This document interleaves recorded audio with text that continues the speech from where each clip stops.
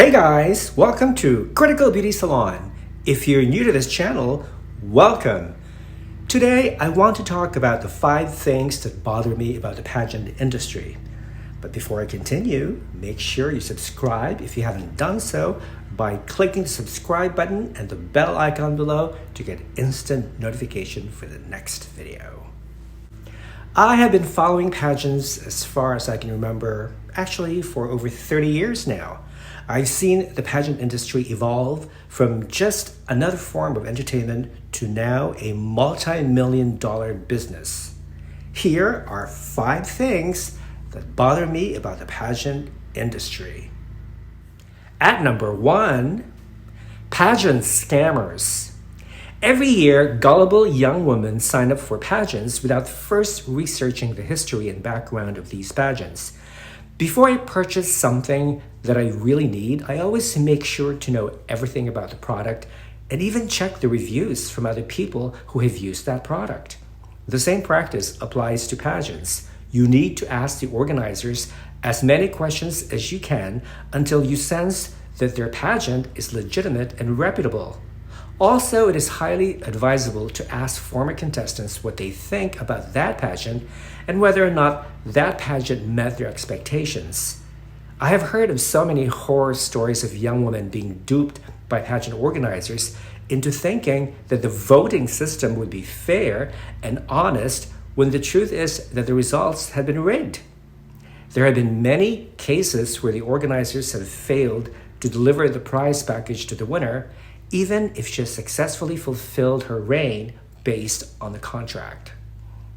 Sophisticated phrases, big promises, use of celebrity names are just some of the hooks that get millions of young women and girls begging their parents to pay the registration.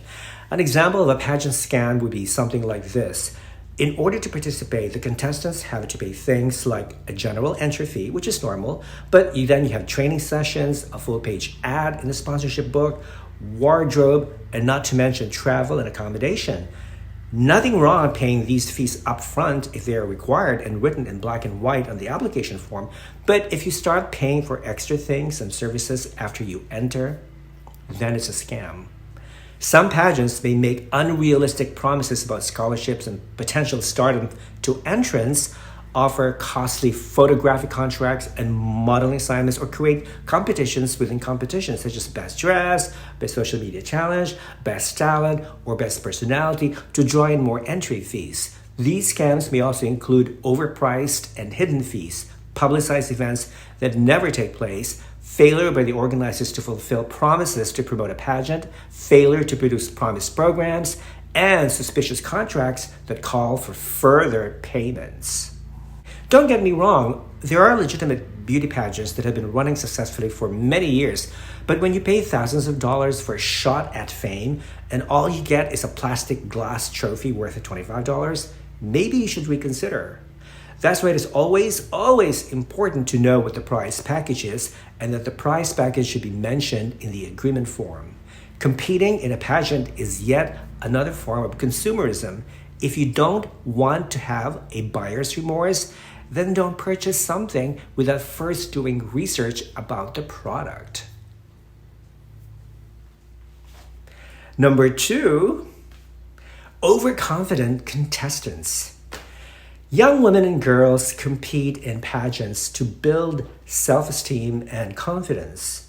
However, some contestants believe that they have so much confidence that nothing will break them, which is false in certain cases. Overconfidence can cause a contestant to experience problems, especially if she lacks the proper training for a situation that she's not equipped to handle. Overconfident people are often quite insecure and they cover up their insecurities through dominating and controlling others. No pageant judge on his or her right man would take kindly to a conceited contender. That is why I always advise a pageant newbie to hire a good pageant coach who will help her achieve her maximum potential without coming across as conceited or vain. In this digital era where everyone is obsessed with increasing their likes on social media, try practicing humility instead. By letting others tell you what they truly think, it allows you to know and work on your weaknesses. It is only by being humble that you will achieve true confidence. Number 3, lack of support. If a contestant is getting little or no support, especially from family and friends, she will most likely feel underconfident and unloved and will never win a competition.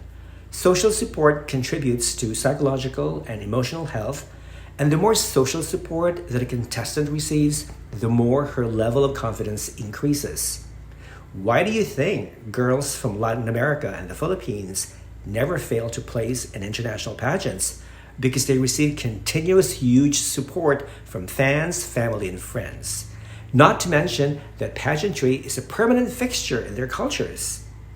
Luckily, the world is now a global village. Even if you live in a country that shuns pageantry, chances are that you will gain support from fans from pageant-obsessed countries. That is, if you charm your way to their hearts.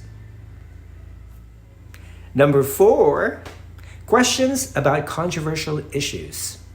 A pageant purist or traditionalist would argue that asking contestants questions about controversial topics is not a good idea because the contestant's answer may offend or polarize the community that she represents.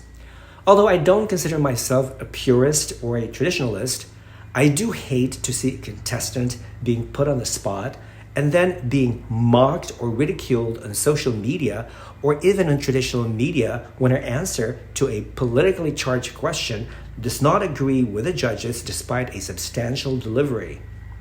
The main reason I fell in love with pageants is because of its entertaining aspect and not the scandal or drama behind it. It's time to stop asking polarizing questions and focus instead on issues that promote unity. And at number 5, toxic mentality.